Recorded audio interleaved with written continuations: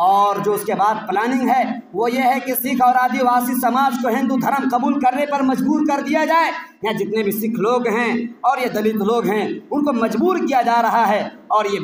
بے وقوف اور ان کی عقلوں پر پردے پڑے ہوئے اس بات کو سمجھ نہیں پاتے ہیں. یہ زبردستی ان کو ہندو بنایا جا رہا ہے، حالانکہ جب کہ ان سے کہا جا رہا ہے تم شودر ہو، ان کو کوئی حصہ ملنا نہیں ہے، لیکن زبردستی یہ کچھ لوگ ہیں جو اپنے بینک بیلنس کرنے کے لیے، اپنے ووٹ بینکنگ کے لیے ان ہندو مذہب قبول کرنے پر مجبور کر رہے ہیں. اور 10ویں جو پلاننگ ہے وہ یہ ہے کہ برہمن بھگوان کا روپ ہوا کرتا ہے، لہذا ایسا قانون بنایا جائے ہندوستان میں، بھارت میں، کہ برہمنوں کو کبھی سزا نہ ملنی چاہیے. وہ منوسمرتی میں یہ قانون بنا دیا گیا ہے. اسی بنیاد پر منوسمرتی کو سمویدھان کی جگہ پر، جو کانسٹیٹیوشن آف انڈیا ہے، اس کی جگہ پر منوسمرتی کو لایا جا رہا ہے. اس میں صاف لکھا ہوا ہے کہ اگر کوئی بھی برہمنی کسی بھی مسلمان کی بیٹی کو یا مسلمان عورت کو یا کسی بھی خاتون کو یا کسی بھی لیڈی کو اگر وہ چھیڑتا ہے، شیخانی کرتا ہے، ریپ کرتا ہے، اس کی عزت و آبرو کو پامال کرتا ہے، قانون صاف کہے گا یہ برہمن ہے، لہذا اس کے خلاف کوئی کارروائی نہیں کی جائے گی. اس کے بالمقابل اگر ہمہ شمہ ہوں گے اور مسلمان یا دلت لوگ ہوں گے انہیں پھانسی کی سزا، سولی کی سزا سنا دی جائے گی. اور 11ویں جو پلاننگ ہے وہ پولیس اور سینا میں صرف اچ جاتی کی ہندو کو بھرتی کی جائے. جو اچ جاتی کا مطلب برہمنی جاتی ہے، ان کو سینا میں اور پولیس میں. اسی بنیاد پر آپ دیکھ رہے ہو دلی میں دنگے ہو رہے ہیں، سب پولیس والے وہاں کے پروٹیسٹ کے خلاف ہیں، وہاں جو مظاہرہ کرنے والے ان کے خلاف ہیں. اسی طریقے سے پورے ہندوستان میں یہ کہ بات دیگرے تمام لوگوں کو وہ لوگ اپنے ان عہدوں میں نافذ کرنے اور فائز کرنے کی کوشش کر رہے ہیں، تاکہ اگر ہمارے کہیں آواز بلند ہوگی تو یہ ہمارے آواز کو پست کرنے کی کوشش کریں گے. اور جو 12ویں پلاننگ ہے وہ یہ ہے کہ سنسد ہو، لوک سبھا ہو یا راجیہ سبھا ہو، اور اسی طریقے سے عدالت ہو، ان جگہوں میں، ان مقامات میں گایتری منتر اور پوجا ضروری اور لازم قرار دیا جائے. یعنی یہ کہ ان لوگوں کا جس طریقے سے وندے ماترم میں جس طریقے سے مسلمان لپے آتی ہے اور سارے جہاں سے اچھا گاتے ہیں، اس میں تو روحانیت جھلکتی ہے اور ہر کس سنا کے اس کو پڑھتا ہے اور لطف محسوس کرتا ہے. یہاں تک کہ لپے آتی اور سارے جہاں اچھا تو لتا منگیشکر نے بھی اپنے آواز میں گانے کی کوشش کی ہے. جو لذت انہیں محسوس ہوئی ہے انہیں سے پوچھا جائے، حالانکہ وہ مسلمان نہیں ہیں، لیکن ان لوگوں کی یہ غداری ہے کہ وہ کہہ رہے ہیں کہ گایتری منتر لوک سبھا میں بھی اور عدالت میں بھی، سپریم کورٹ میں بھی، ہائی کورٹ میں بھی اس میں لازمی اور ضروری قرار دیا جائے. اور 13ویں جو پلاننگ ہے وہ یہ ہے کہ مسلمانوں کی عورتوں کو ریپ کرنے اور ان کا قتل کرنے کی کوئی سزا ان برہمنوں کو نہ دی جائے. لہذا وہ ہمارے ماں اور بہنوں کے خلاف اپنے ہاتھوں کو بڑھا رہے ہیں، اپنے قدموں کو بڑھا رہے ہیں، اور ہم اگر آگے قدم بڑھاتے ہیں تو ہماری کوئی سنوائی نہیں ہوتی ہے. تو ایسے موقع پر ہمیں کیا کرنا چاہیے؟ یہ پلاننگ ہے جن پلاننگ میں دن بدن وہ کامیاب ہوتے ہوئے نظر آ رہے ہیں. 370 کو ہٹا دیا، آپ کی بابری مسجد آپ کے ہاتھ سے چھین لی، اور یہ کے بعد دیگر جعفر آباد کی مسجد کو دیکھو، وہاں پر بھگوا ترنگا اور بھگوا جھنڈا اور لوگوں نے نصب کرنے کی کوشش کی، اور دن بدن قدم آگے بڑھاتے جا رہے ہیں. یہ ڈکیت اور ظالم ہیں اور یہ اپنے منصوبے کو مکمل طور پر پوری کرنے کی کوشش کر رہے ہیں. ایسے موقع پر ہمیں اسلام کیا درس دیتا ہے؟ اسلام ہمیں درس دیتا ہے کہ ہم اپنے بدن کو جسمانی طور پر اپنے آپ کو مضبوط کرو. سب سے نمبر 1 پر ہم اتحاد اور اتفاق کا مظاہرہ کریں. لیکن ایسے موقع پر مجھے افسوس کا اظہار ہوتا ہے جبکہ حالات سنگین سے سنگین تر ہو رہے ہیں. کچھ بے وقوف، کچھ چوغت قسم کے ایسے مسلک پرست لوگ ہیں جو اس وقت میں مسلک کی آگ میں دوسروں کو جلانے کی کوشش کر رہے ہیں. یہ بریلوی ہوں یا جو بھی اس طرح کے لوگ ہیں، ایک دوسرے کو جلانے کی کوشش کرتے ہیں اور اس طرح کی آگ لگاتے ہوئے مسلمانوں کو بانٹنے کی کوشش کرتے ہیں. ضرورت یہ ہے کہ ایک بھائی بنا جائے اور ڈیفنس کی طاقت اور پاور پیدا کیا جائے. اور اسی طریقے سے ہمیں قرآن کہتا ہے وَلَكُمْ فِي الْقِصَاصِ حَيَاةٌ يَا أُولِي الْأَلْبَابِ.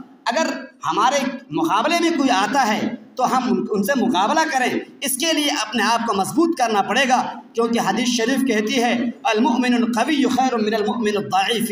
اور اسی طریقے سے اللہ کے نبی محمد عربی صلی اللہ علیہ وسلم نے غزوہ بدر کے موقع پر جو ہمیں سبق دیا، بہت اہم سبق دیا۔ ہمارے پاس تمام اسباب مہیا ہیں، اس کے باوجود بھی اللہ کے نبی نے ہمیں فرمایا اور انہوں نے عملی طور پر ہمیں کر کے دکھایا۔ جبکہ آپ کو معلوم ہونا چاہیے، سیرت کے مطالعہ کرنے والے ہیں ان سے بھی پوچھا جائے، ان سے اور سیرت کا خاص طور سے مطالعہ کیا جائے۔ ہمارے مدرسے کے طلبہ ہیں یا اسکول میں جو مسلمان طلبہ جو مسلم بچے ہیں، وہ سیرت کا مطالعہ بالکل نہیں کرتے، ناآشنا ہیں، بالکل ان پڑھ اور جاہل ہیں، جس کی بنیاد پر سیرت کی روشنی میں اپنی زندگی گزارنے کی توفیق نہیں ہوتی ہے۔ بس دوسروں کی ٹانگیں کھینچنے اور فیس بک اور یوٹیوب پر لگے رہنے میں انہیں لذت اور حلاوت محسوس ہوتی ہے۔ سیرت اللہ کے نبی محمد عربی صلی اللہ علیہ وسلم کی زندگی ہے۔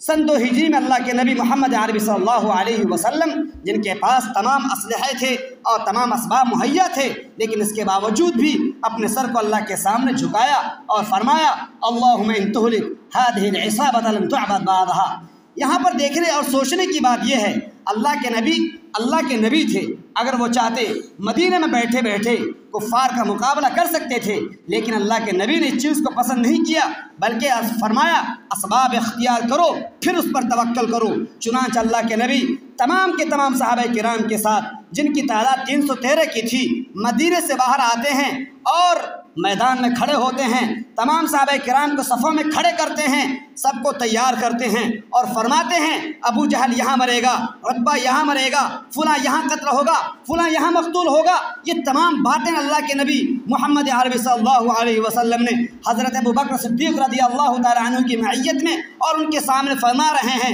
ان تمام کے بعد اللہ کے نبی محمد عربی صلی اللہ علیہ وسلم نے ارشاد فرمایا میرے لیے ایک چھوٹا سا خیمہ بنایا جائے۔ چنانچہ خیمہ بنایا گیا اور اللہ کے نبی محمد عربی صلی اللہ علیہ وسلم اپنے سر کو اللہ کے سامنے جھکا دیتے ہیں اور فرماتے ہیں اللہم ان تہلک ہذہ العصابۃ لن تعبد بعدها۔ پروردگار اگر آج سے تیری امت ہلاک ہو جاتی ہے تو آج کے بعد سے تیری عبادت نہیں کی جائے گی۔ پتہ یہ چلتا ہے کہ جہاں ایک طرف اگر ہم اسباب اختیار کرتے ہیں، وہیں دوسری طرف ہمیں دعاؤں کا بھی سہارا لینا پڑے گا۔ آج ہم دعائیں نہیں کرتے ہیں، آج ہمارے ہاتھ نہیں اٹھتے ہیں، ہمارے آنکھوں سے آنسو نہیں چھلکتے ہیں، ہماری راتوں میں وہ جو آہیں ہوا کرتی تھی وہ سب ختم ہو چکی ہوتی ہیں، تو پھر اللہ تبارک و تعالی ہماری مدد کیسے فرمائے گا؟ جبکہ قرآن ہمیں صاف کہتا ہے اور ہمیں دیتا ہے، ایک ہمیں میپ دیتا ہے، روڈ میپ دیتا ہے کہ اللہ تعالیٰ سے آپ یقیناً آج پورے ہندوستان میں ہر طرف سے ڈیفینس ہو رہے ہیں، لیکن ساتھ ساتھ جس چیز کی کمی ہے وہ دعاؤں کی کمی ہے، وہ ہم دعائیں نہیں کر رہے ہیں۔ ہمارے مولانا سجاد نعمانی ہوں یا اس طرح کے بزرگوار نے ہمیں بار بار کہا تم روزوں کے ذریعے سے کبھی سورۃ الملک کی تلاوت کرتے ہوئے، کبھی سورہ نوح کی تلاوت کرتے ہوئے، کبھی لا الہ الا انت سبحانک انی کنت من الظالمین کو پڑھ کر اپنی زندگی کا جزء عنصر بنا کر آپ ان کا ڈیفینس کرو، پروردگار کی مدد ضرور آئے گی۔ جس پروردگار نے غزوہ خندق کے موقع پر جبکہ مسلمان چاروں طرف سے 1 مہینے تک محاصرے میں رہیں، سامنے دشمن، دائیں دشمن، بائیں دشمن اور پیچھے خود مکے کے مدینے کے اندر جن لوگوں سے اللہ کے نبی محمد عربی صلی اللہ علیہ وسلم نے پیکٹ کیا تھا اور حلف لیا تھا اور معاہدہ کیا تھا، جنہیں ہم آپ بنو قریظہ کے نام سے جانتے ہیں، عین موقع پر انہوں نے بھی دھوکہ دے دیا۔ لیکن اللہ تبارک و تعالیٰ کی مدد آتی ہے 1 ماہ کے محاصرے کے بعد، جبکہ بہت سارے صحابہ کرام کے قدم لڑکھڑا چکے تھے اور کلیجے حلقتہ آ چکے تھے۔ ایسی مصیبت اللہ کے نبی محمد عربی صلی اللہ علیہ وسلم کے زمانے میں آئی تھی۔ ان مصیبتوں کے بعد یہاں تک کہ اللہ کے نبی کو بھی کہنا پڑا تھا متی نصر اللہ، اللہ کے حتی یقول الرسول این متی نصر اللہ، اللہ کی مدد کب آئے گی، اللہ کی مدد کب آئے گی؟ جو اللہ کے نبی ہیں، اللہ کے نبی کو بھی کہنا پڑ رہا ہے۔ پتہ یہ چلا مصیبت اس وقت بھی آئی تھی، لیکن اس کے باوجود اللہ کے نبی محمد عربی صلی اللہ علیہ وسلم نے دعاؤں کے دامن کو تھاما اور اللہ تبارک و تعالیٰ سے مانگا، تو پروردگار کی مدد آئی ہواؤں کی شکل میں، پروردگار کی مدد آئی فرشتوں کی شکل میں، اور دیکھتے ہی دیکھتے 10,000 کی تعداد میں جو کفار تھے ان کے چھکے چھوٹ گئے، ان کے خیمے اجڑ گئے اور الٹے پاؤں ان کو بھاگنا پڑا۔ اے میرے بھائیوں، میرے دوستوں، اگر آج جس طریقے سے ہمارے ماشاءاللہ پورے ہندوستان، پورے بھارت میں لوگ نکلے ہوئے ہیں، سڑکوں پر نکلے ہوئے ہیں، لیکن جس چیز کی کمی ہو رہی ہے وہ دعاؤں کی کمی ہے۔ اللہم ان تہلک ہذہ العصابہ لن تعبد بعدہا لا الہ الا انت سبحانک انی کنت من الظالمین۔ قسم خدا کی اگر ہم یقین کے ساتھ، آنسوؤں کے ساتھ اور آہ بھرتے ہوئے پروردگار کے سامنے رات کی تنہائی میں کھڑے ہوتے ہیں تو اللہ کی قسم، قرآن کا وعدہ ہے، حدیث کا وعدہ ہے، ہمارے نبی کا فرمان ہے، سیدنا ابوبکر فرماتے ہیں، حضرت عمر فرماتے ہیں، اللہ کی مدد ضرور آئے گی، ضرور آئے گی۔ جس طریقے سے دیگر ظالمین کو اللہ نے ہلاک کیا اور دیگر ایسے ان لوگوں کو ہلاک کیا جو ان سے زیادہ طاقتور تھے، ان سے زیادہ پاورفل تھے، اللہ نے ان کو ہلاک کر دیا۔ ان کی کیا حیثیت ہے؟ یہ پدی کے شربے ہیں، ان کی کیا وقعت ہے پروردگار کی قوت کے سامنے؟ لہذا میرے بھائیوں، اگر آج ہم روزانہ 2 رکعت نماز پڑھیں اور پروردگار کے سامنے ہم اس یقین کے ساتھ کہ پروردگار ہماری ماؤں کا کیا حال ہوگا، پروردگار ہماری بہن ہیں، پروردگار اور وہ لوگ جو کہ یہاں پر پڑھتے ہیں، پروردگار تو ان کو بہت زیادہ چاہتے ہیں۔ آپ اللہ تعالیٰ کے مہمان ہیں، آپ اللہ کے نبی کے مہمان ہیں، اور مہمان جو بات کہتا ہے اور میزبان کو سننا پڑتا ہے۔ اب اللہ تبارک و تعالیٰ کے سامنے تو ہاتھ تو اٹھاؤ، اللہ تعالیٰ کے سامنے رو تو صحیح، لیکن ہمارا اور آپ کا مشغلہ صرف اور صرف موبائل کی زندگی اختیار کرنا ہے، موبائل کو پکڑنا ہے، ان کی ویڈیو کو دیکھنا ہے۔ کبھی توفیق ہوئی ہے یا آگ جو بڑھ رہی ہے، بڑھتی چلی جا رہی ہے، کل اگر وہاں پر آگ، اس کے گھر کو آگ لگی ہے تو آج ہمارے گھر کو بھی آگ لگ سکتی ہے۔ لہذا بھائیوں یاد رکھو، اگر یہ آگ لگے گی تو ایسے موقع پر اس وقت اگر تیرے ہاتھ اٹھیں گے پروردگار پھر سننے کو تیار نہیں ہوگا۔ لہذا آج سے ہی، اسی وقت سے ہی ہمارے ہاتھ اٹھنے چاہیے، ہمیں یقین کرنا چاہیے پروردگار کی مدد پر، اور ہمیں اپنے اندر یہ عزم لینا پڑے گا کہ ہم روزانہ 2 رکعت نماز پڑھیں گے، صرف اس لیے کہ تاکہ یہاں کے بھارت کے حالات صحیح ہو جائیں، اور جو غداران وطن اور جو ظالمان وطن یہاں کے اقلیتوں پر ظلم و ستم کے پہاڑ توڑ رہے ہیں، پروردگار ان کے ہاتھوں کو توڑ دے، ان کے قدموں کو توڑ دے، ان کے وجود کو خاکستر کر دے۔ اگر ہم یہ 2 رکعت نماز پڑھتے ہیں اور دعائیں کرتے ہیں، آپ چھوٹے ہو، آپ معصوم ہو، آپ کو گناہ کا طریقہ بھی معلوم نہیں، گناہ کسے کہتے ہیں، یقین اللہ تعالیٰ ضرور سنے گا۔ تو انشاءاللہ ہم وعدہ کرتے ہیں نا کہ ہم